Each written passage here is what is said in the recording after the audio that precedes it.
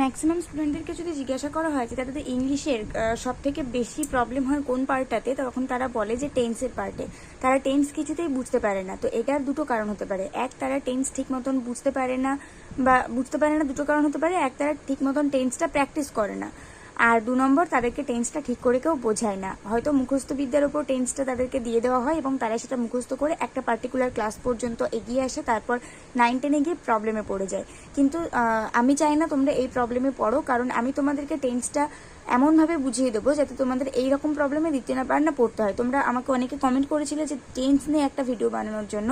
তো অবশ্যই আজকে টেন্স নিয়ে একটা স্পেশাল ক্লাস আমি করতে চলেছি। যারা যারা আজকে ভিডিওটা স্কিপ না করে শেষ পর্যন্ত দেখবে, তারা আমি একদম 100% গ্যারান্টি দিয়ে বলতে পারি ভিডিওর শেষে তোমরা একদম 100% প্রফিটেবল হবে। কারণ আজকের এই ক্লাসটা যদি তোমরা মনোযোগ দিয়ে দেখো, তাহলে আশা করছি ভবিষ্যতে আর কোনোদিন কখনো তোমাদের টেন্স নিয়ে কোনো সমস্যা হবে না, এবং তোমরা টেন্সটা এতটাই ভালোভাবে বুঝে যাবে যে তোমরা অন্যকেও বোঝাতে পারবে। তো চলো বেশি সময় নষ্ট না করে আমরা দেখে নিই খুব সহজে আমরা কিভাবে টেন্স মনে রাখতে পারি, আর কিভাবে আমরা এটাকে বুঝেও যেতে পারি। এটাকে মনে রাখার কোনো ব্যাপারই নেই। টেন্স এতটাই ইজি একটা জিনিস যে তোমরা একটা সেন্টেন্স দেখলেই বুঝে যাবে যে সেটা কোন টেন্সে আছে। তো চলো দেখে নিই। প্রথমে আমাদের টেন্স কত প্রকার সেটা আমরা জেনে নিই। হয়তো এগুলো তোমাদের মনে হবে যে এগুলো তো আমরা জানি, কিন্তু টেন্সের সমস্ত কিছু জানার জন্য আমাদের একদম জিরো থেকে শুরু করতে হবে। তো টেন্স সেদিক থেকে দেখতে গেলে 3 প্রকার। একটা হচ্ছে পাস্ট, একটা হচ্ছে প্রেজেন্ট, আর একটা হচ্ছে ফিউচার, অতীত, বর্তমান আর ভবিষ্যৎ। এবার যেহেতু আমি ইংলিশ ক্লাস করাচ্ছি, তার জন্য না তোমাদের বাংলাতে বলতে গেলে তোমাদের একটু অসুবিধা হবে। কারণ যখন আমি ঘটমান ভবিষ্যৎ, ঘটমান অতীত, ঘটমান বর্তমান এইসব বলবো, তখন তোমাদের খুব ডিজি লাগবে, খুব কনফিউজড লাগবে। তো তার জন্য তো শুধু তোমরা ইংলিশ টেন্সটাকে বোঝার চেষ্টা করো। বাংলা ব্যাকরণের যে কালগুলো আছে সেগুলো ব্যাকরণ থেকে বুঝবে, শুধুমাত্র ইংলিশটা বোঝো। টেন্স হচ্ছে 3 প্রকার, পাস্ট, প্রেজেন্ট আর ফিউচার। এবার এই পাস্ট, প্রেজেন্ট, ফিউচারের 4টে করে দিক আছে। সেটা হচ্ছে 1 নম্বর হচ্ছে ইনডিফিনিট অথবা সিম্পল, 2 নম্বর হচ্ছে কন্টিনিউয়াস, 3 নম্বর হচ্ছে পারফেক্ট, 4 নম্বর হচ্ছে পারফেক্ট কন্টিনিউয়াস। সেদিক থেকে দেখতে গেলে পাস্ট টেন্সের 4টে ভাগ আছে: পাস্ট ইনডিফিনিট অথবা simple past tense, past continuous tense, past perfect tense এবং পাস্ট পারফেক্ট কন্টিনিউয়াস টেন্স। প্রেজেন্টেরও তাই, প্রেজেন্ট ইনডিফিনিট অথবা simple present tense, present continuous tense, present perfect tense আর প্রেজেন্ট পারফেক্ট কন্টিনিউয়াস টেন্স। ফিউচারেরও একদম সেম, ফিউচার ইনডিফিনিট অথবা simple future tense, future continuous tense, future perfect tense এবং future perfect continuous tense. এই যে 3টে টেন্সের 4টে করে ভাগ, এই 4টে করে ভাগ তোমরা কিছুতেই বুঝতে পারো না কোন সেন্টেন্সে কোন টেন্সে কোনটা আছে, কিন্তু আজকের ভিডিও দেখার পর তোমাদের কাছে সবটা একদম ক্লিয়ার হয়ে যাবে। এবং আমি 100% গ্যারান্টি দিয়ে বলতে পারি, তোমরা ইউটিউবের অনেক বড় বড় ইউটিউবারের ভিডিও দেখে আসতে পারো। আমার থেকে অনেক বড়, অনেক হিউজ সাবস্ক্রাইবারের চ্যানেল রয়েছে, যারা হয়তো ভীষণ পপুলার ইংলিশ পড়ানোর জন্য। তুমি তাদের চ্যানেলেও এইরকম ভিডিও কোনোদিনই পাবে না। আমার চ্যানেল হচ্ছে এরকম একটা চ্যানেল যেখানে শুধুমাত্র ছাত্রছাত্রীদেরকে ভবিষ্যতের জন্য তৈরি করার জন্য এখানে পড়ানো হয়, না তো সাবস্ক্রাইবার বাড়ানোর জন্য, না তো আর্নিং করার জন্য। শুধুমাত্র তোমাদের স্বার্থে আমি এখানে ভিডিও বানাচ্ছি। তাই আমি এটা তোমাদেরকে হলপ করে বলতে পারি, তোমরা চাইলে একবার ঘুরে আসতে পারো। আমার ভিডিও পজ করে ইউটিউবে গোটা জায়গায় তোমরা টেন্স নিয়ে দেখে আসতে পারো। আমার মতন করে কেউ বোঝাবে না, কারণ আমি হচ্ছি পাগল ইউটিউবার, যে তোমাদের পিছনে সবসময় চেঁচাতেই থাকি এবং তোমাদেরকে বোঝাতেই থাকি। আমার মতন করে কেউ বোঝাবে না, আমার মতন করে কেউ লেখাবে না। তো চলো প্রমাণটা দিয়েই দিই যে আমি ঠিক কিভাবে তোমাদেরকে বোঝাচ্ছি, যেটা আলাদা অন্যান্য ইউটিউবারের থেকে আমার বোঝানোর ধরনটা আলাদা কোথায়। তো প্রথমে আমরা পাস্ট টেন্সের 4টে ভাগ নিয়ে আলোচনা করব। কি কি? পাস্ট ইনডিফিনিট অথবা simple past, past continuous, past perfect and past perfect continuous tense. তো প্রথমে যদি আমরা পাস্ট ইনডিফিনিট অথবা সিম্পল পাস্ট নিয়ে কথা বলি, তাহলে আমাদের এখানে প্রথমে নিয়মটা দেখে নিই। প্রত্যেক পাস্ট ইনডিফিনিট টেন্সের নিয়মটাই হচ্ছে প্রথমে একটা সাবজেক্ট থাকবে। সাবজেক্ট বলতে আমরা কোনগুলোকে বুঝি? I, we, they, he, Ram, Shyam, Jadu, Madhu, this is a subject. তারপরে থাকবে ভার্বের পাস্ট ফর্ম। পাস্ট ফর্ম মানে কি? একটা ভার্বের 3টে করে ফর্ম থাকে: পাস্ট, পাস্ট পারফেক্ট, পাস্ট, তারপর হচ্ছে একটা, মানে প্রথমে হচ্ছে প্রেজেন্ট, তারপর হচ্ছে পাস্ট, তারপর হচ্ছে পাস্ট পার্টিসিপল। 3টে করে ফর্ম থাকে। তো এক্ষেত্রে আমাদের পাস্ট ইনডিফিনিট টেন্সের ক্ষেত্রে আমাদের সেকেন্ড ফর্ম হয়, মানে পাস্ট টেন্স হয়। তারপরে হয় আদার্স। ঠিক আছে? একদম কোনো ঘুরপ্যাচ থাকে না এই সেন্টেন্সটাতে। একদম ডিরেক্ট সাবজেক্টের পরে একটা পাস্ট টেন্স থাকে, তার সাথে না তো কোনো হ্যাড থাকবে, না তো কোনো কিচ্ছু থাকবে, জাস্ট একটা ভার্বের পাস্ট টেন্স থাকবে। আই রিপিট, জাস্ট একটা ভার্বের পাস্ট টেন্স থাকবে, তারপরে আদার্স থাকবে। সাবজেক্ট প্লাস ভার্বের পাস্ট ফর্ম প্লাস আদার্স। তুমি যদি বলো I ate rice, at is a past form of it, তাই না? ইটের পাস্ট ফর্ম হচ্ছে এট। তার জন্য তুমি যদি বলো আই এট রাইস, তাহলে সেটা পাস্ট ইনডিফিনিট টেন্স বলছো। I ran a marathon, ran হচ্ছে রানের পাস্ট ফর্ম। তো এখানে দেখো ডিরেক্ট সাবজেক্টের পরে আমি পাস্ট ফর্ম বসিয়েছি। যখনই দেখবে তোমার সেন্টেন্সের আগে পিছিয়ে যাই থাকুক না কেন, তুমি যত বড় সেন্টেন্সে তুমি পড়ো না কেন, যখন দেখবে সাবজেক্টের পরে, মেইন সাবজেক্টের পরে একদম ডিরেক্ট ভার্বের পাস্ট ফর্ম লেখা আছে, চোখ বুঝে সেটা পাস্ট ইনডিফিনিট লিখবে। চোখ বুঝে একদম সাবজেক্টের পরে যদি ডিরেক্ট পাস্ট ফর্ম থাকে, কোনো বিকল্প হবে না, কোনো ভুল হবে না, this is a past indefinite tense, definitely will be. এরপর 2 দাগে থাকবে পাস্ট কন্টিনিউয়াস টেন্স। তো আশা করছি তোমাদেরকে পাস্ট ইনডিফিনিট টেন্সের ব্যাপারটা বোঝাতে পারলাম। শুধু একটাই জিনিস মনে রাখবে, পাস্ট ইনডিফিনিট টেন্সে সাবজেক্টের পরে ভার্বের পাস্ট ফর্ম হয়, আগে পিছিয়ে কিচ্ছু থাকে না, ঠিক আছে? মানে আগে পিছিয়ে যাই থাকুক দেখার দরকার নেই, সাবজেক্টের পরে পাস্ট ফর্ম হবে, এটাই দিস ইজ দ্য ম্যাটার। এরপরে 2 দাগে থাকবে পাস্ট কন্টিনিউয়াস টেন্স। ভীষণ ইজি একটা টেন্স পাস্ট কন্টিনিউয়াস, দেখলেই চেনা যায়। কি করে চেনা যায়? প্রথমে সাবজেক্ট থাকবে, অবশ্যই তারপরে অক্সিলারি থাকবে। এবার পাস্ট টেন্সে অক্সিলারি বলতে নিশ্চয়ই ইজ এম আর থাকবে না, বিকজ এরা হচ্ছে প্রেজেন্ট টেন্স। আর পাস্ট টেন্সের অক্সিলারি কোনগুলো তোমরা সবাই জানো, ওয়াজ ওয়্যার। ওয়াজ ওয়্যার সবসময় পাস্ট টেন্সে ব্যবহৃত হয়, তাহলে এগুলোই হচ্ছে পাস্ট টেন্সের অক্সিলারি। তো সাবজেক্টের পরে অক্সিলারি বলতে কিন্তু সবসময় ওয়াজ ওয়্যার থাকে। এবার তোমাদেরকে আমি ক্লিয়ার করে বলি, এক বচনে ওয়াজ হয়, বহু বচনে ওয়্যার হয়। এক বচন মানে আমি, তুমি, সে, এগুলো হচ্ছে এক বচন। আর বহু বচন মানে তারা, তোমরা, আমরা, এগুলো হচ্ছে বহু বচন। আর ইংলিশে বলতে গেলে singular number or plural number, I, me, you, he, she, Ram, Shyam, Jadu, Madhu, এগুলো হচ্ছে সিঙ্গুলার, এগুলোর সাথে ওয়াজ হবে। এবং দে, দে আর হচ্ছে ইউ। ইউ কিন্তু ইংলিশে দুটো মিনিং হয় না, ঠিক আছে? ইউ মানে তুমি, আবার ইউ মানেই তোমরা, তাই ইউ এর সাথে ওয়াজও হবে, ইউ এর সাথে ওয়্যারও হবে। এবার সেটা সেন্টেন্সের উপর নির্ভর করছে যে ইউটা তুমি কি অর্থে ব্যবহার করছো। যদি আমি বলি স্টুডেন্টদের উদ্দেশ্যে সবাইকে বলি যে ইউ প্লিজ স্ট্যান্ড আপ, তাহলে কিন্তু তোমাদের সবাইকে বলা হচ্ছে যে তোমরা প্লিজ উঠে দাঁড়াও। আর যদি আমি পার্টিকুলার তোমাকে বলি যে আই এম টেলিং ইউ, আমি তোমাকে বলছি, তাহলে কিন্তু সেটা এক বচন হয়ে যাচ্ছে, ইউ এর দুটো মিনিং হয়, ঠিক আছে? তো এক্ষেত্রে ইউ দে এগুলোর সাথে ওয়্যার হবে, বিকজ এগুলো হচ্ছে প্লুরাল নাম্বার। তো ওয়াজ ওয়্যার হয় সবসময় সাবজেক্টের পরে, আর তার সাথে অবশ্যই ভার্বের প্রেজেন্ট ফর্ম থাকে, তার সাথে আইএনজি যোগ হয়। মানে ধরো ভার্বের প্রেজেন্ট ফর্ম হচ্ছে ইট, তার সাথে আইএনজি যোগ হলে হবে ইটিং, কিন্তু কখনোই এটিং হবে না, মানে এট হয়ে তার সাথে আইএনজি যোগ হবে না, কারণ ভার্বের পাস্ট ফর্মের সাথে আইএনজি যোগ হয় না। এটা একটা বিশাল গুরুতর অপরাধ। ভার্বের প্রেজেন্ট ফর্মের সাথে সবসময় আইএনজি যোগ হয়, আদার্স কোনো ফর্মের সাথে কিন্তু আইএনজি যোগ হয় না, ঠিক আছে? এরপরে আদার্স হয়, মানে বাদ বাকি যে সেন্টেন্সে যেগুলো থাকে সেগুলো হয়। আরও একবার রিপিট করছি, সাবজেক্টের পরে অক্সিলারি অর্থাৎ ওয়াজ ওয়্যার থাকে, এক বচন হলে ওয়াজ হবে, বহু বচন হলে ওয়্যার হবে, তারপরে ভার্বের প্রেজেন্ট ফর্মের সাথে আইএনজি যোগ থাকে, অর্থাৎ ভার্বের সাথে আইএনজি যোগ থাকে, তারপর আদার্স থাকে। তো তুমি যদি বলতে চাও ইট ওয়াজ স্নোয়িং ইয়েস্টারডে, অর্থাৎ দেখো ইট এখানে সাবজেক্ট, অক্সিলারি হিসেবে ওয়াজ বসেছে, because it is a singular number, এরপরে ভার্বের সাথে আইএনজি হয়েছে, মানে স্নোয়িং হয়েছে, তারপরে ইয়েস্টারডে তো আদার্স হিসেবে আমি রেখে দিয়েছি। তো যখনই দেখবে সাবজেক্টের পরে অক্সিলারি আছে, ওয়াজ ওয়্যার আছে, তারপরে আবার আইএনজি যোগ আছে ভার্বের সাথে, একদম চোখ বুঝে এটা পাস্ট কন্টিনিউয়াস টেন্স হবে, দেখলেই চেনা যাচ্ছে অক্সিলারির সাথে আইএনজি যোগ আছে ভার্বের সাথে, অক্সিলারি ভার্বের সাথে আইএনজি, জাস্ট এই দুটো জিনিস জাস্ট নোটিস করতে হবে ব্যাপারটা কি আছে, টেন্সটা কি আছে, ওয়াজ আছে নাকি মানে ওয়াজ আছে নাকি ইজ এম আর আছে, ঠিক আছে? যখনই দেখবো ওয়াজ আছে বুঝে নেবে পাস্ট কন্টিনিউয়াস, ওয়্যার থাকলে পাস্ট কন্টিনিউয়াস। এইখানকার অক্সিলারিটাতে ওয়াজ ওয়্যার থাকলে সেটা অবশ্যই পাস্ট কন্টিনিউয়াস, মানে ওয়াজ ওয়্যারের সাথে এখানে ভার্বের সাথে আইএনজি যোগ থাকলেও এটা অবশ্যই পাস্ট কন্টিনিউয়াস। বুঝতে পেরেছো? ভিডিওটা শেষ হওয়ার পর কারোর যদি কোথাও কনফিউশন থাকে অবশ্যই আমাকে কমেন্টে জানাবে, এটা নিয়ে না হয় আমি আরেকদিন লাইভে চলে আসবো, সেখানে যদি কারোর কোনো কনফিউশন থাকে সেটা আমাকে জানাবে। আর তাহলে বুঝতে পারলে পাস্ট ইনডিফিনিট টেন্স হচ্ছে সাবজেক্টের সাথে ডিরেক্ট পাস্ট ফর্ম থাকবে, পাস্ট কন্টিনিউয়াস টেন্স হচ্ছে সাবজেক্টের সাথে ওয়াজ ওয়্যারের সাথে ভার্বের সাথে আইএনজি যোগ থাকবে, আগে পিছে কি আছে দেখার দরকার নেই, ঠিক আছে? এরপর আমরা চলে যাব থার্ডে, অর্থাৎ পাস্ট কি ছিল আমাদের, থার্ডে ছিল পাস্ট পারফেক্ট। তো আমরা চলে আসবো পাস্ট পারফেক্টে। পাস্ট পারফেক্টটা খুব সুন্দর, দেখলেই চেনা যায়, সাবজেক্টের পরে একটা হ্যাড থাকে অবশ্যই, মানে সাবজেক্টের পরে হ্যাড আছে আর তারপরে ভার্বের পাস্ট পার্টিসিপাল ফর্ম আছে, মানে সেটা আর কোনো কিচ্ছু হতে পারে না, it will be definitely past perfect tense. যখনই দেখবে সাবজেক্টের পরে একটা হ্যাড আছে, তারপরে দেখবে বিন নয়, কিন্তু আমি কথাটা উল্লেখ করে দিলাম, হ্যাড বিন নয়, কিন্তু পাস্ট পারফেক্ট টেন্সে শুধুমাত্র সাবজেক্টের সাথে হ্যাড থাকে এবং হ্যাডের পরে ভার্বের পাস্ট পার্টিসিপাল ফর্ম থাকে, হ্যাডের সাথে কিন্তু কোনোভাবেই বিন থাকে না পাস্ট পারফেক্ট টেন্সে। বিন যদি দিয়ে দাও তাহলে কিন্তু ওটা পাস্ট পারফেক্ট টেন্স হবে না। শুধুমাত্র সাবজেক্টের সাথে হ্যাড থাকবে, তারপর ভার্বের পাস্ট পার্টিসিপেল ফর্ম থাকবে, তারপর আদার্স থাকবে, মানে যেটা থাকে আর কি আগে পিছে। তো তুমি যদি বলতে চাও I had completed my work, I হচ্ছে সাবজেক্ট, হ্যাড বসলো, কমপ্লিটের পাস্ট পার্টিসিপেল ফর্ম হচ্ছে কমপ্লিটেড, তার জন্য কমপ্লিটেড বসলো, then my work, I had completed my work, এটা হচ্ছে past perfect tense. She had run a marathon, I had played cricket. এই যে হ্যাডের সাথে পাস্ট পার্টিসিপেল ফর্ম বসার যে ব্যাপারটা, পাস্ট পারফেক্ট টেন্স হবে।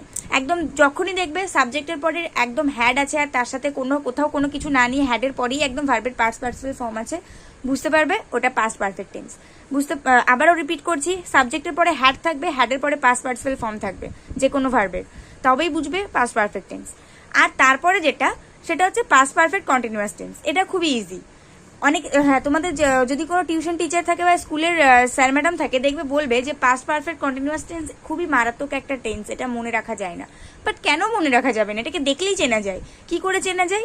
ঠিক যেরকম ভাবে পাস্ট পারফেক্ট টেন্সে সাবজেক্টের পরে হ্যাড থাকে, হ্যাডের পরে একটা ভার্বের পাস্ট পার্টিসিপেল ফর্ম থাকে, এক্ষেত্রে কি হয়, সাবজেক্টের পরে এটারও একটা হ্যাড থাকে এবং হ্যাডের সাথে বিন যোগ থাকে। এই কারণে আমি তোমাদেরকে বলছিলাম যে ওই পাস্ট পারফেক্ট টেন্সে সাবজেক্টের পরে হ্যাড বিন থাকে না, হ্যাড বিন তো থাকে পাস্ট পারফেক্ট কন্টিনিউয়াস টেন্সে, তার জন্য ওইখানে বিন লিখলে কিন্তু হবে না। পাস্ট পারফেক্ট কন্টিনিউয়াস টেন্সেই সাবজেক্টের পরে একটা হ্যাড বিন থাকে, তারপরে ভার্বের সাথে আইএনজি যোগ থাকে। বিন হচ্ছে এমন একটা ভার্ব যেটা যদি তুমি কোনো সেন্টেন্সে ইউজ করে নাও, তাহলে কোনোভাবেই তুমি ভার্বের থার্ড ফর্ম বা প্রেজেন্ট ফর্ম বা পাস্ট ফর্ম কিচ্ছু ইউজ করতে পারবে না। অনলি তুমি ইউজ করতে পারবে সেই ভার্বের প্রেজেন্ট ফর্মের সাথে আইএনজি যোগ করে। এই জন্য আমরা পাস্ট পারফেক্ট কন্টিনিউয়াস মানে তো তুমি বুঝতেই পারছো যে সেটা চলতে থাকছে, তার জন্য ভার্বের সাথে আইএনজি যোগ করতেই হবে। তো পাস্ট পারফেক্ট কন্টিনিউয়াস টেন্সের চেনার উপায় হলো সাবজেক্ট থাকবে, তারপরে হ্যাড বিন থাকবে, তারপরে ভার্বের প্রেজেন্ট ফর্মের সাথে আইএনজি যোগ থাকবে, মানে ভার্বের সাথে আইএনজি যোগ থাকবে, দেন আদার্স থাকবে যেগুলো আগে পিছে থাকে। তো আমরা কিভাবে বলতে পারি, I had been playing football. I হচ্ছে সাবজেক্ট, হ্যাড বিন থাকলো, তারপরে ভার্বের সাথে আইএনজি যোগ হলো, তারপরে আদার্স। তো এই had been playing, had been eating, had been running, had been raining, এই হ্যাড বিনের সাথে ভার্বের আইএনজি যোগ থাকলে, মানে হ্যাড বিন ভার্বিং থাকলেই তোমাদের বুঝে নিতে হবে this is a past perfect continuous tense হবেই। ঠিক আছে? তো আশা করছি পাস্ট টেন্সের চারটে ভাগ আমি তোমাদেরকে বোঝাতে পারলাম। কি, পাস্ট ইনডিফিনিটের ক্ষেত্রে সাবজেক্টের পরে শুধু পাস্ট ফর্ম বসবে, I ate rice, I ran a marathon. Past কন্টিনিউয়াসের ক্ষেত্রে সাবজেক্টের পরে ওয়াজ ওয়ার বসবে, তার সাথে ভার্বের আইএনজি যোগ হবে, I was coming, I was going, I was eating, I was watching, এরকম। পাস্ট পারফেক্ট টেন্সের ক্ষেত্রে সাবজেক্টের পরে হ্যাড বসবে, তার সাথে ভার্বের পাস্ট পার্টিসিপল ফর্ম বসবে, I had completed my work, I had run a marathon, I had completed my homework, এইভাবে। আর পাস্ট পারফেক্ট কন্টিনিউয়াস টেন্সের ক্ষেত্রে হবে সাবজেক্টের পরে হ্যাড বিন বসবে, তার সাথে ভার্বের আইএনজি ফর্ম হবে, মানে ভার্বের সাথে আইএনজি যোগ হবে। কি হবে, I had been eating mangoes, I had been eating my I had been working out my sums, I had been working on my projects, I had been solving my problems, এরকম করে তোমরা বলতে পারো। এবার হি দিয়েও চেষ্টা করতে পারো, he had been eating those mangoes, he had been running this race, এরকম করেও তোমরা বলতে পারো। তো এই হ্যাড বিনের সাথে আইএনজি যোগ থাকলে সেটা পাস্ট পারফেক্ট টেন্স হবে। তো আশা করছি পাস্টের ব্যাপারটা বোঝাতে পেরেছি। চলো এবার প্রেজেন্টে চলে যাওয়া যাক। তো প্রেজেন্টেরও ওই একই ভাগ, প্রেজেন্ট ইনডিফিনিট অথবা সিম্পল প্রেজেন্ট, তারপর প্রেজেন্ট কন্টিনিউয়াস, দেন প্রেজেন্ট পারফেক্ট, তারপরে প্রেজেন্ট পারফেক্ট কন্টিনিউয়াস টেন্স। তো প্রেজেন্ট ইনডিফিনিটের ঠিক যেরকম ভাবে পাস্ট টেন্সে সাবজেক্টের পর আর কিছু না বসে সিম্পল পাস্ট মানে একদম পাস্ট টেন্স বসতো ডিরেক্ট, এখানেও কোনো সমস্যা নেই, সাবজেক্টের পরে একদম ডিরেক্ট একটা প্রেজেন্ট ফর্ম বসবে এবং অবশ্যই সেই প্রেজেন্ট ফর্মের সাথে ই অথবা ইএস যোগ থাকতে পারে। ঠিক আছে? আর যদি কিছু না থাকে তাহলে শুধু সেটা প্রেজেন্ট ফর্ম হবে। যেরকম তুমি যদি বলো আই গো টু স্কুল, এটাও ঠিক। আবার তুমি যদি বলো আই গোস টু স্কুল, এটাও ঠিক। দুটোই প্রেজেন্ট টেন্স। দুটোর মধ্যে পার্থক্য কোথায়? একটা তুমি এমনি বলছো আর একটা তুমি চিরসত্য বাক্য ইউজ করার জন্য বলছো। যখনই দেখবে কোনো প্রেজেন্ট ফর্মের সাথে ইএস বা এস যুক্ত হচ্ছে, বুঝবে সেটা চিরসত্য বাক্য বোঝানোর জন্য সেটাকে ব্যবহার করা হচ্ছে। আই গো টু স্কুল মানে আমি স্কুলে যাই, আর I goes to school everyday, এই ব্যাপারটা যখনই দেখবে প্রতিদিন স্কুলে যাই তখনই দেখবে গোজ হয়ে গেল সেখানে, মানে সেটা একটা চিরসত্য বাক্য। তুমি প্রতিদিন স্কুলে যাচ্ছ, the sun rise in the east বলে কিন্তু কিচ্ছু হয় না, বিকজ সূর্য প্রতিদিন পূর্ব দিকে ওঠে, আর জগৎ এদিক ওদিক হয়ে গেলে ওই সূর্য পূর্ব দিকে ওঠেকে বন্ধ করতে পারবে না। তার জন্য the sun rises in the east, এটাই হবে। সূর্য প্রতিদিন পূর্ব দিকেই ওঠে, এটার কিচ্ছু অন্যথা হবে না, এটা একটা চিরসত্য বাক্য যেটা কখনো চেঞ্জ হবে না। So there will be a S with the rise, রাইজের সাথে আমাদের একটা এস যোগ করতে হবে, ঠিক আছে? তো যখন দেখবে কোনো কিছু চেঞ্জ হবে না তখন ভার্বের সাথে এস যুক্ত হবে। এই যে তুমি স্কুলে যাচ্ছ প্রতিদিন, এটা কি কিছু চেঞ্জ হবে? তুমি যতদিন পড়াশোনা করবে ততদিন তুমি স্কুলে গিয়েই থাকবে, তার জন্য I goes to school everyday, এটা একটা চিরসত্য বাক্য। আই যদি তুমি বলো আমি প্রতিদিন সকালবেলা উঠে মর্নিং এক্সারসাইজ করতে ভালোবাসি, I love to do morning exercise every morning বা এভরি আর্লি মর্নিং, এরকম করে তুমি বলতে পারো। তো এইগুলো হচ্ছে ভার্বের সাথে ইএস বা এস যোগ করার একটা আলাদা পদ্ধতি, যেটা আমি তোমাদেরকে এর মধ্যে একটু বুঝিয়ে দিলাম। তো যেখানে আমরা ছিলাম প্রেজেন্ট ইনডিফিনিট টেন্স, ভার্বের সাথে ইএস বা এস যুক্ত থাকবে অথবা ভার্বের প্রেজেন্ট ফর্ম ইউজ থাকবে। যেরকম তুমি আই গো টু স্কুল বলতে পারো, অথবা তুমি আই গোস টু স্কুল বলতে পারো, আই ইটস রাইস বলতে পারো, আই ইট রাইস বলতে পারো, দে গোস টু স্কুল বলতে পারো, দে গো টু স্কুল বলতে পারো, ইউ ডু দ্য ওয়ার্ক বলতে পারো, you done the you does the work everyday বলতে হবে। তাহলে ইউ ডাজ দ্য ওয়ার্ক বলে কিছু হয় না, তার সাথে তোমাকে একটা এভরিডে জুড়তেই হবে যদি তুমি ওটাকে চিরসত্য বাক্য বলে বোঝাতে চাও, ঠিক আছে? তো you does the work everyday বলতে পারো, অথবা সরি, ইউ এর সাথে তো ডাজ হয় না, আমি এখানে ভুল বললাম। ইউ এর সাথে ডাজ হয় না একটাই কারণে, কারণ ইউ হচ্ছে থার্ড পার্সন বা সেকেন্ড পার্সন, তুমি যেটাই ধরো না কেন ইউ এর সাথে কখনো ডাজ হয় না, ইউ এর সাথে সবসময় ডু হয়। ডাজ কার সাথে হয়? হি সি এর সাথে, মানে থার্ড পার্সনের সাথে ডাজ হয় সবসময়, থার্ড পার্সন সিঙ্গুলারের সাথে সবসময় ডাজ হয়। তো he does the work, she does the work এরকম করতে পারো। I does the work everyday হতে পারে, but you does the work বলে কিচ্ছু হয় না, ঠিক আছে? তো দে ডাজ বলেও কিচ্ছু হয় না, কারণ ডে হচ্ছে থার্ড পার্সন প্লুরাল হয়ে যাচ্ছে, থার্ড পার্সন সিঙ্গুলারের সাথে সবসময় ডাজ বসে, এটা একটু মাথায় রাখবে। থার্ড পার্সন সিঙ্গুলারের সাথে সবসময় ডাজ বসে, থার্ড পার্সন সিঙ্গুলারের সাথে হ্যাজ বসে। এই থার্ড পার্সন সিঙ্গুলার ব্যাপারটা খুব গোলমেলে, থার্ড পার্সন সিঙ্গুলারের সাথে সবকিছু বসে কিন্তু আদার্সের সাথে কিছু বসে না। মানে থার্ড পার্সন প্লুরালের সাথে হ্যাজ বসতে পারবে না, থার্ড পার্সন প্লুরালের সাথে ডাজ বসতে পারবে না, এগুলো খুবই গোলমেলে ব্যাপার। মানে অনার্স লেভেলে যাওয়ার পর এগুলো খুব মনে রাখতে হয় কথা বলার জন্য, নইলে তুমি যদি ফট করে কোথাও বলে ফেলো ইউ ডাজ দ্য ওয়ার্ক, তাহলে সেখানে তোমার উপর সবাই হাসবে, ঠিক আছে? তো প্রেজেন্ট ইনডিফিনিটে যেটা হয় সাবজেক্টের পরে ডিরেক্ট প্রেজেন্ট ফর্ম, তারপরে অবজেক্ট মানে আদার্স আর কি। তো এইভাবে তুমি বলতে পারো আই ইটস রাইস অথবা আই ইট রাইস, যখনই দেখবে সাবজেক্টের পরে ডিরেক্ট প্রেজেন্ট ফর্ম আছে আর কিছু ভাবনা চিন্তা করার দরকার নেই, প্রেজেন্ট ইনডিফিনিট অথবা সিম্পল প্রেজেন্ট টেন্স হবে সেটা। নেক্সট চলে আসবো প্রেজেন্ট কন্টিনিউয়াস টেন্সে, একদম দেখলেই চেনা যায় এটাও, কারণ সাবজেক্টের পরে অক্সিলারি থাকবে আর অক্সিলারি অবশ্যই ইজ অ্যাম আর থাকবে। এখানে দেখো আমি ভালো করে লিখে দিয়েছি, এক বচনে ইজ হবে, আই এর সাথে অ্যাম হবে, বহু বচনে আর হবে। এটা তো তোমরা নিশ্চয়ই জানো যে অ্যাম আর কারোর সাথে বসে না, শুধু আয়ের সাথে বসে, ওর আয়ের সাথে রিলেশন এবং ও খুব লয়াল আয়ের সাথে, মানে দুটো কোনো রিলেশনের কথাও ভাবতে পারে না। তো আয়ের সাথে অ্যাম বসবে, বহু বচনে আর বসবে, মানে ইউ, দে, তারপরে আর কি যেগুলো বহু বচন হয় সেগুলোর সাথে আর বসবে। আর এক বচনে মানে হি, সি, রাম, শ্যাম, যদু, মধু, এরা আর কি ইজ বসবে, এদের সাথে ইজ বসবে। তো এই সাবজেক্টের পরে অক্সিলারি হবে ইজ এম আর, তার সাথে ভার্বের আইএনজি ফর্ম যুক্ত থাকবে, ঠিক যেরকম পাস্টের কন্টিনিউয়াস টেন্স আমি শিখিয়েছিলাম যে পাস্ট ফর্মের পরে একটা ওয়াজ ওয়্যার থাকবে, মানে ওর যে অক্সিলারিটা সেটা থাকবে, তারপরে ভার্বের আইএনজি যোগ থাকবে, ঠিক এক্ষেত্রেও তাই। প্রেজেন্ট কন্টিনিউয়াস টেন্সের সাবজেক্টের পরে অক্সিলারি থাকবে, তারপরে ভার্বের সাথে আইএনজি যোগ থাকবে। তো তোমরা এখানে বলতে পারো আই এম টিচিং ইংলিশ, আইয়ের সাথে এম বসবে, সেটাই স্বাভাবিক। তারপরে যদি টিচের সাথে আইনি যোগ হয় তো এখানে বুঝতেই পারছো অক্সিলারির সাথে তারপরে ভার্বের সাথে আইনি যোগ আছে, মানে এটা একদম নিঃসন্দেহে প্রেজেন্ট কন্টিনিউয়াস টেন্স। শুধু তোমাদেরকে দেখতে হবে যে এখানে যে অক্সিলারিটা আছে সেটা কোন টেন্সে আছে, সেখানেই তোমরা বিচার করতে পারবে যে সেটা পাস্ট নাকি প্রেজেন্ট নাকি ফিউচার। এম থাকলে প্রেজেন্ট কন্টিনিউয়াস, মানে এম এর সাথে আইএনজি যোগ থাকলে প্রেজেন্ট কন্টিনিউয়াস, ওয়াজের সাথে আইএনজি যোগ থাকলে পাস্ট কন্টিনিউয়াস, ওয়্যার এর সাথে আইএনজি যোগ থাকলে পাস্ট কন্টিনিউয়াস, ইজের সাথে আইএনজি যোগ থাকলে প্রেজেন্ট কন্টিনিউয়াস, অথবা আর এর সাথে আইএনজি যোগ থাকলেও প্রেজেন্ট কন্টিনিউয়াস। বুঝতে পেরেছো? এভাবে তোমরা বলতে পারো you are listening to me, they are playing rummy, rummy হচ্ছে একটা তাস খেলার একটা পদ্ধতি, he is writing a story, the boy is eating mangoes. এইভাবে তোমরা অক্সিলারির সাথে আইএনজি যোগ করলে, মানে প্রেজেন্ট ফর্মের অক্সিলারির সাথে আইএনজি যোগ করলে বুঝে নেবে সেটা প্রেজেন্ট কন্টিনিউয়াস টেন্স। এবার আমরা চলে যাব প্রেজেন্ট পারফেক্ট টেন্সে। প্রেজেন্ট পারফেক্ট টেন্সে আমাদের ব্যাপারটা খুবই সহজ, সাবজেক্টের সঙ্গে হ্যাজ অথবা হ্যাভ বসবে।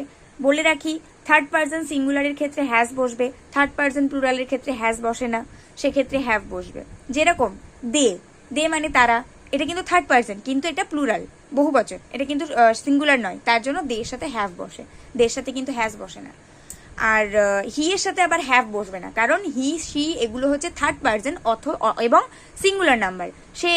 সে হচ্ছে একটা একবচন, তার জন্য থার্ড পার্সন সিঙ্গুলারের সাথে হ্যাজ বসবে।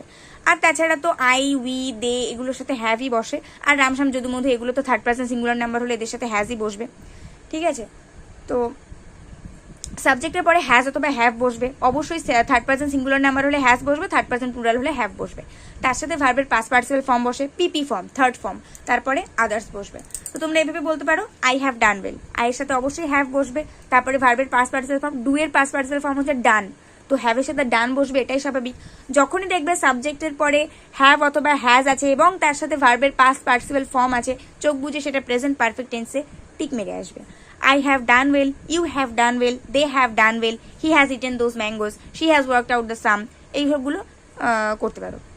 ঠিক আছে, আশা করছি এটা বুঝতে পেরেছো। এরপর প্রেজেন্ট পারফেক্ট কন্টিনিউয়াস টেন্স, কি এটাতে ওই সেমই হ্যাজ হ্যাভই বসবে, সাবজেক্ট পরে হ্যাজ হ্যাভই বসবে, শুধু একটা বিন থাকবে। আর তোমরা তো জানো বিন হচ্ছে এমন একটা জিনিস যেটা আমরা ইউজ করলে তার সাথে ভার্বের পাস্ট পার্টিসিপল ফর্ম বা কোনো ফর্মে ইউজ করা হয় না, শুধুমাত্র ভার্বের সাথে আইএনজি যোগ করতে পারবো।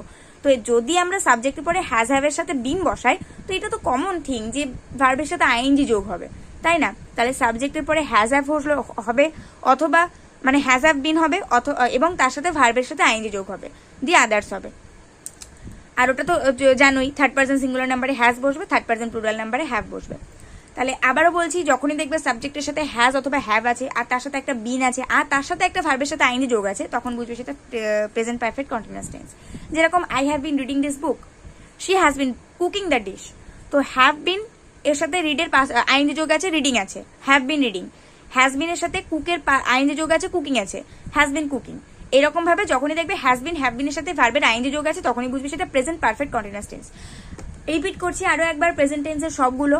প্রেজেন্ট ইনডিফিনিট টেন্স, সাবজেক্টের সাথে ডিরেক্ট প্রেজেন্ট ফর্ম থাকবে, অথবা প্রেজেন্ট ফর্মের সাথে ইয়েস বা ইয়েস যোগ থাকতে পারে, মানে প্রেজেন্ট ফর্মই থাকবে, সাবজেক্টের পরে কোনো কিছু না হয়ে ডিরেক্ট প্রেজেন্ট ফর্ম বসবে।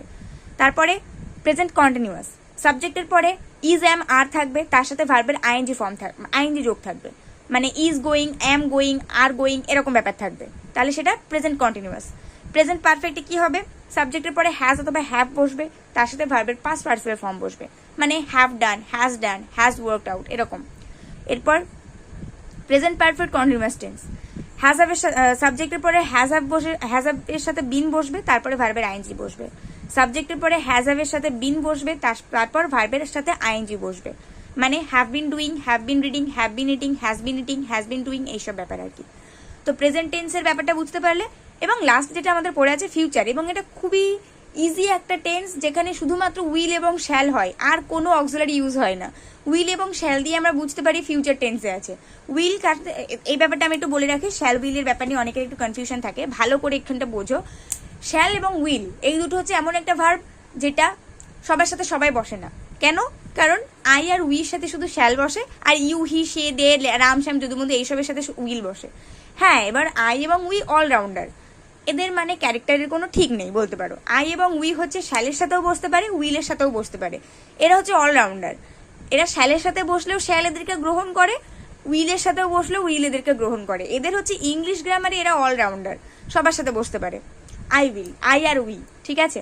তো এই জন্য এদেরকে নিয়ে অত চিন্তা করা দরকার নেই। চিন্তাটা কাদেরকে নিয়ে করবে? হি, সি, দে, ইউ, রাম, শ্যাম এদেরকে নিয়ে চিন্তাটা করবে। রাম, শ্যাম মানে আর কি থার্ড পার্সন যারা আর কি, তাদেরকে নিয়ে চিন্তাটা করবে, কারণ এদের সাথে কখনোই শ্যাল বসতে পারবে না, এদের সাথে উইল বসতে পারবে।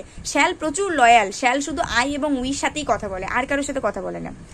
আর ইউ, সি, হি, দে এগুলো হচ্ছে উইলের সাথে বসে, ঠিক আছে? তো উইল আর শ্যাল এরা হচ্ছে ফিউচার টেন্সে বসে। তো যদি আমরা প্রথমে ফিউচার টেন্সে সিম্পল ফিউচার অথবা ফিউচার ইনডিফিনিট নিয়ে আলোচনা করতে চাই, একদম সেম ওই পিছনের গুলোর মতনই এটার সাথেও সাবজেক্টের সাথে ডিরেক্ট উইল অথবা শ্যাল বসবে, আর তার সাথে ভার্বের একটা প্রেজেন্ট ফর্ম বসবে। উইল আর শ্যাল ছাড়া কিন্তু জীবনেও ফিউচার টেন্স হয় না, তার জন্য সাবজেক্টের পর ডিরেক্ট, তো উইল শ্যাল প্রথমেই থাকছে সাবজেক্টের পরে, এরপর হবে ভার্বের প্রেজেন্ট ফর্ম, দেন একটা আদার্স থাকবে বা যেরকম থাকে আর কি আগে পিছে। তো তুমি বলতে পারো I shall go to school, I will go to school, দুটোই ঠিক। We shall do this, we will do this, এটাও দুটোই ঠিক। you will eat this, they will see this। ব্যাপারটা নোটিস করছো? উইল অথবা শ্যাল থাকছে সাবজেক্টের পরে, তারপরে ভার্বের প্রেজেন্ট ফর্ম থাকছে। শ্যালের সাথে প্রেজেন্ট ফর্ম, উইলের সাথে প্রেজেন্ট ফর্ম, এগুলো কিন্তু ফিউচার ইনডিফিনিট টেন্স অথবা simple present, simple future tense. ঠিক আছে। তো এবার তোমাদেরকে আমি এখানে একটা জিনিস বুঝিয়ে রাখি, সেটা হচ্ছে আমি এটা অনেক ভিডিও বানিয়েও বুঝিয়েছি, লং ভিডিও শর্ট ভিডিও সবই আপলোড করা আছে, তবু এখানে আমি যখন বোঝাচ্ছি প্রসঙ্গতে একটু বুঝিয়েই দিই। সেটা হচ্ছে শ্যাল আর উইলের মধ্যে পার্থক্য কোথায়। তোমরা অনেকেই বলবে যে শ্যাল আর উইলের মধ্যে পার্থক্য কোথায়। দেখো, প্রথাগত কোনো নিয়ম নেই যে কেন শ্যাল আই এবং উইর সাথে বসে আর ওদের সাথে কেন বসে না, এরকম কোনো প্রথাগত নিয়ম নেই। আমি ইংলিশ টেন্স বই পড়েছি এবং গ্রামার বই পড়েছি, সেখানে আমি ওইটাই পড়ে এসেছি যে এই প্রথাগত নিয়মে ওরা ওদের সাথেই বসে, আই এবং উই শ্যালের সাথেই বসে, আর কারো মানে উই শ্যাল ওদের সাথেই বসে, আর কারোর সাথে বসে না। তো এটার কোনো প্রথাগত নিয়ম নেই যে কেন বসে না। কিন্তু দুটোর মধ্যে একটা পার্থক্য আছে, যেটা তোমাদেরকে আমার মনে হয় কোনো টিচার বলতে পারবে না। হয়তো খুব হাতে গোনা কয়েকজন টিচার এগুলো জানে, যারা শুধুমাত্র একটা নির্দিষ্ট বই পড়েছে এবং সেই নির্দিষ্ট বইটা ইউনিভার্সিটি লেভেলের একজন বিখ্যাত লেখক লিখেছেন, যার কাছ থেকে আমি জানতে পেরেছি, এবং যে বইটা ওপেন মার্কেটে বিক্রিও করা হয় না। তোমরা হচ্ছে ন্যাশনাল লাইব্রেরিতে পেতে পারো, অথবা বই মেলাতে পেতে পারো, কলকাতা বুক ফেয়ারে, ওখান থেকে তোমরা কালেক্ট করতে পারো। বাট আমি বইটার নাম বলতে পারছি না, কারণ বইটার নাম এই মুহূর্তে আমার মনে নেই। বাট লেখকের নামটা আমার মনে আছে, ডক্টর চিত্তরঞ্জন সেন। ঠিক আছে, উনি কিন্তু ইংলিশে ডক্টরেট করেছেন এবং ওনার নালন্দা বিশ্ববিদ্যালয় পর্যন্ত নলেজ আছে, এবং উনি এই বইটা লিখেছেন। আর সেখানে তো উল্লেখ করেছেন শ্যাল এবং উইলের মধ্যে পার্থক্য কোথায়। তো ম্যাক্সিমাম টিচাররাই এটা জানেন না, ম্যাক্সিমাম স্টুডেন্টরাও এটা জানেন না। এটা বলার মাধ্যমে কোনো টিচারকে আমি অপমান করছি না, আমি বলতে চাইছি এটা সবার অগোচরে আছে, যেটা আজকে আমি ভিডিওর মাধ্যমে রিভিল করছি। শ্যাল এবং উইলের মধ্যে পার্থক্যটা এইখানেই, যখন তুমি কোনো কিছু ডেফিনেটলি বলতে চাও তখন তোমাকে শ্যাল ইউজ করতে হয়, আর যখন তুমি নিশ্চিতভাবে বলতে পারো না তখন তোমাকে উইল ইউজ করতে হয়। I shall go to school, আমি কালকে স্কুলে যাবই, and I will go to school, এদের মধ্যে পার্থক্য আছে। আমি কালকে স্কুলে যাব, এটা কিন্তু কোনো নিশ্চয়তা নেই, তোমার কালকে প্ল্যান চেঞ্জও হয়ে যেতে পারে, তুমি কালকে স্কুলে নাও যেতে পারো। কিন্তু I shall go to school, আমি কালকে স্কুলে যাবই, এটা হচ্ছে তুমি কনফিডেন্টের সাথে বলছো। এখানেই হচ্ছে শ্যাল এবং উইলের মধ্যে পার্থক্য। তুমি মানে ডাউট হলে কাউকে জিজ্ঞাসা করে দেখতে পারো যে এটা কি আসলেই এরকম কোনো নিয়ম আছে, শ্যাল এবং উইলকে এরকম ডেফিনেটলি পর্যায়ে কি ব্যবহার করা হয়। দেখবে ম্যাক্সিমাম টিচার বা ম্যাক্সিমাম যাকে তুমি জিজ্ঞাসা করছো সেই উত্তর দেবে এরকম কিছু আমার জানা নেই। একদম আমি তোমাকে বলে দিলাম, সাদা কাগজে লাল কালিতে লিখে দিচ্ছি তোমাদেরকে, তোমরা যেখানে খুশি জিজ্ঞাসা করতে পারো, তারা দেখবে এইটাই বলবে। ইনফ্যাক্ট এটা আমিও করেছি এবং আমার কাছেও তারা এই উত্তরটাই দিয়েছে, এরকম কিছু আমার জানা নেই যে শ্যাল এবং উইলের মধ্যে এরকম কোনো পার্থক্য আছে বলে, বাট এটা আছে। তো এটা তোমরা বলবে যখন কোনো কাজ ডেফিনেটলি করবে, আই শ্যাল ম্যারি হার, আমি তাকে বিয়ে করবই, and I will marry her, আমি তাকে বিয়ে করব, দুটোর মধ্যে পার্থক্য আছে। ঠিক আছে, তো এখানে তোমাদেরকে বলি, তাহলে সিম্পল ফিউচারটা বুঝতে পারলে, সাবজেক্টের সাথে উইল শ্যাল থাকবে, তার সাথে ভার্বের প্রেজেন্ট ফর্ম থাকবে, তার সাথে আদার্স থাকবে। তো I shall go to school, I will go to school, we shall do this, we will do this, সব একই রকম। শ্যাল উইলের মধ্যে জাস্ট ওই একটা পার্থক্য আছে, তাছাড়া কোনো পার্থক্য নেই। আর এটা মাথায় রাখবে, শ্যাল সবসময় আই আর উইর সাথে বসে, আর আদার্স কারোর সাথেও বসে না। ঠিক আছে, চলে আসবো ফিউচার কন্টিনিউয়াস টেন্সে। এটাও ভীষণ সহজ, দেখলেই চেনা যায়, কারণ উইল শ্যাল তো হবেই, আমি বলেই দিলাম ফিউচার টেন্সে উইল শ্যাল ছাড়া কিচ্ছু হবে না, উইল শ্যাল হবেই। আর তার সাথে কি হবে, সিম্পল ভার্বের সাথে আইএনজি যোগ হবে, কারণ কন্টিনিউয়াস টেন্সে ভার্বের সাথে আইএনজি যোগ সবসময় হয়ে থাকে। সাবজেক্টের সাথে উইল শ্যাল থাকলো, হ্যাঁ এখানে আরেকটা চেঞ্জ আছে, সেটা হচ্ছে বি থাকবে একটা। ঠিক আছে, ফিউচার কন্টিনিউয়াস টেন্সের ক্ষেত্রে একটা বি থাকবে, উইল শ্যালের সাথে একটা বি থাকবে, তারপরে গিয়ে ভার্বের সাথে আইএনজি যোগ হবে। ঠিক আছে, তো যখনই দেখবে সাবজেক্টের সাথে উইল শ্যাল আছে, তার সাথে বি আছে, তার সাথে ভার্বের আইএনজি যোগ আছে, চোখ বুঝে সেটা ফিউচার কন্টিনিউয়াস টেন্স করে আসবে।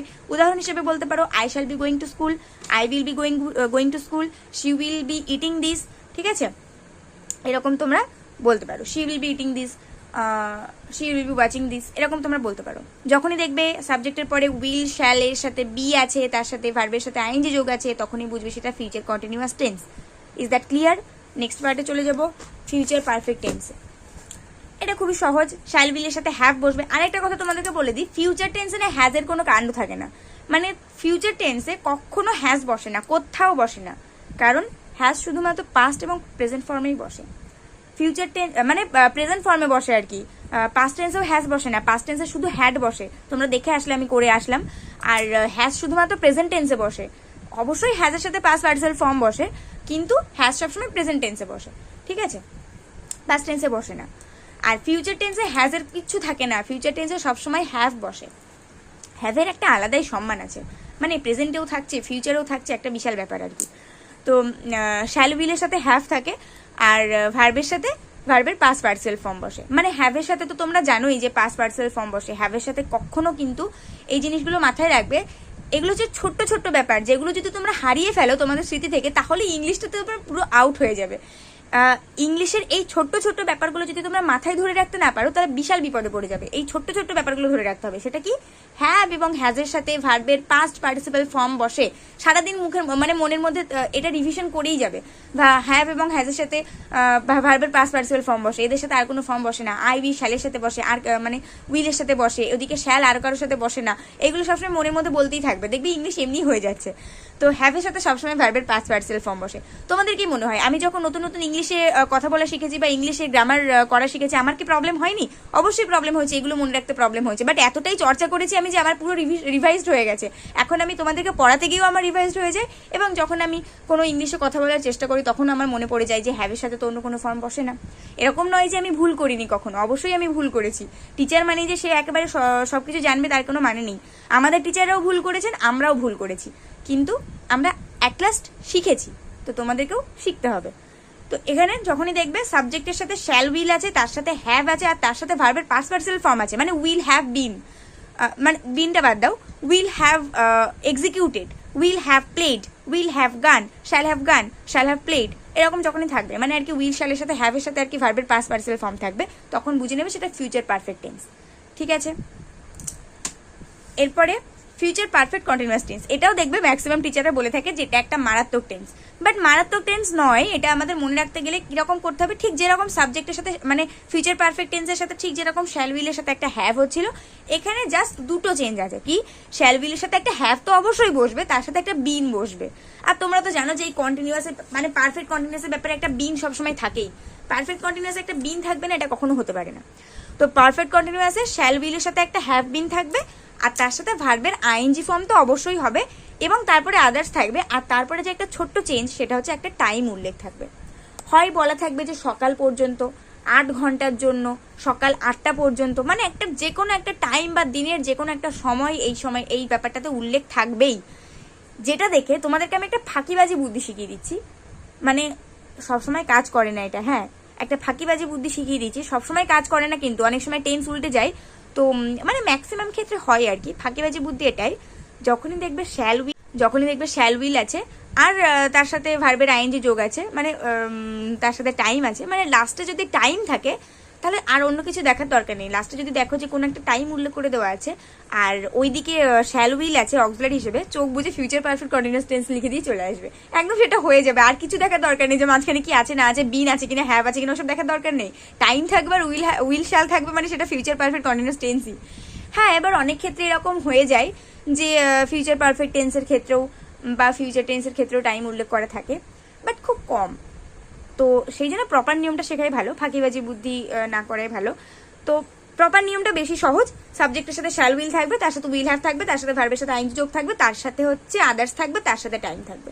তো কিরকম আনসার হবে? I shall have been reading the story since morning. আমি ওই সকাল পর্যন্ত স্টোরিটা পড়তে থাকবো। I shall have been reading, I shall have been reading, বুঝতে পারছো? শ্যাল উইল থাকছে, হ্যাভ বিন থাকছে, ভার্বের সাথে আইএনজি যোগ থাকছে, অর্থাৎ রিডের সাথে আইএনজি যোগ থাকছে, রিডিং। অথবা I will have been reading the work, the work হচ্ছে আদার্স, এরপর টাইম কি? ফর 8 আওয়ার্স, 8 ঘন্টা ধরে, আমি 8 ঘন্টা ধরে এই কাজটা করতে থাকবো। Ram will have been watering the plants for 30 minutes, 30 minute ধরে রাম ওই গাছগুলোকে জল দিয়েই যাবে। আশা করছি বোঝাতে পারলাম। আর একবার রিপিট করছি, ফিউচার টেন্সের ইনডিফিনিট ফিউচার মানে ফিউচার ইনডিফিনিট অথবা সিম্পল ফিউচারে কি হয়? সাবজেক্ট, তার সাথে উইল শ্যাল, তার সাথে ভার্বের প্রেজেন্ট ফর্ম, তারপরে আদার্স। তারপরে ফিউচার কন্টিনিউয়াস টেন্সে কি হয়? সাবজেক্ট, উইল শ্যাল, তার সাথে বি থাকে, তার সাথে ভার্বের আইএনজি যোগ থাকে, তারপরে আদার্স থাকে। ফিউচার পারফেক্ট টেন্সে কি হয়? সাবজেক্ট, তারপরে শ্যাল উইল থাকে, তারপরে হ্যাভ থাকে, তারপরে ভার্বের পাস্ট পার্টিসিপাল ফর্ম থাকে, তারপরে আদার্স থাকে। আর ফিউচার পারফেক্ট কন্টিনিউয়াস টেন্সে কি থাকে? সাবজেক্ট থাকে, শ্যাল উইল থাকে, হ্যাভ বিন থাকে, ভার্বের সাথে আইএনজি যোগ থাকে, আদার্স থাকে, এবং ডেফিনেটলি একটা টাইম উল্লেখ থাকে। টাইম উল্লেখ ছাড়া কিন্তু ফিউচার পারফেক্ট কন্টিনিউয়াস টেন্স খুব কম হয়, ঠিক আছে? তো আমি কি তোমাদেরকে টেন্সটা বোঝাতে পারলাম? যদি কোথাও কারোর কোনো অবজেকশন থাকে, কোথাও কোনো সমস্যা থাকে, অবশ্যই আমাকে কমেন্ট করবে। আর এবার নিশ্চয়ই বুঝতে পারছো যে কেন আমি প্রথমেই বলেছিলাম ভিডিওর প্রথমে যে আমার মতন করে কেউ বোঝাবে না, এবং তোমরা দেখে আসতে পারো যে আমার মতন করে কেউ বুঝিয়েছে কিনা। ভিডিওটা যদি ভালো লেগে থাকে একটা করে লাইক করে দাও, আর বন্ধুদের সঙ্গে অনেক শেয়ার করে দাও। এত মানে হিংসা ভালো নয়, নিজে নিজে ভিডিওটা দেখবে আর তারপর নিজে টেন্স শিখে যাবে, এরকম তো করা উচিত নয় না, বন্ধুদেরকেও টেনে একটু উপরে তুলতে হয়। তো টেন্সটা আশা করছি তোমরা বুঝতে পেরেছো। একটা করে লাইক করে দাও, বন্ধুদের সঙ্গে অনেক শেয়ার করে দাও, চ্যানেল সাবস্ক্রাইব করা না থাকলে চ্যানেলটিকে সাবস্ক্রাইব করে দিও। চলো পরের ভিডিওতে দেখা হবে, অন্য কোনো ব্যাপার নিয়ে কনফিউশন থাকলে অবশ্যই কমেন্টে বলো। আর ততক্ষণ পর্যন্ত সবাই ভালো থাকো, সুস্থ থাকো, মন দিয়ে পড়াশোনা করতে থাকো।